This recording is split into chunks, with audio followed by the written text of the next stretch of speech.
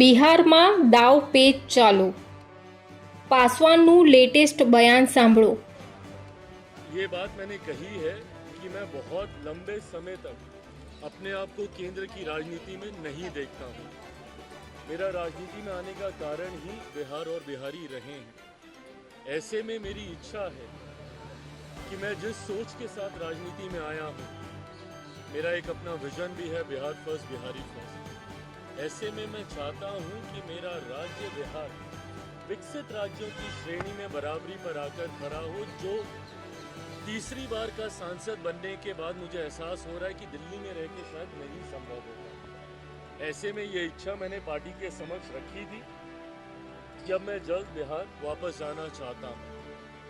ऐसे में अगर पार्टी चाहेगी, और जब मैं ये कहता हूँ कि पार्टी चाहेगी तो छूटते ही आप लोग ये सवाल दागेंगे कि भैया आप ही पार्टी हैं, आप अगर चाहेंगे तो कौन आपको रोकेगा।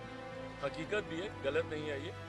पर जब मैं कहता हूं कि अगर पार्टी चाहेगी, इसका मतलब ये है कि पार्टी इवैल्यूएट कर रही है इस बात को कि क्या मेरे चुनाव अभी लड़ने से पार्टी को फायदा होगा। क्योंकि कई बार जब राष्ट्रीय स्तर के नेता प्रदेश का चुनाव लड़ते हैं तो चुनाव में भी आपको मजबूती मिलती है। भारतीय जनता पार्टी ने कई बार इसका प्रयोग किया है जब उन्होंने अपने सांसदों को चुनाव में उतारा, जिसका उनको स्थानीय स्तर पर विधानसभा के चुनाव में फायदा हुआ, और ये होता है। तो अगर मेरे चुनाव लड़ने से मेरी पार्टी को मजबूती मिलती है, एज एन मेरा स्ट्राइक रेट बेटर होता है।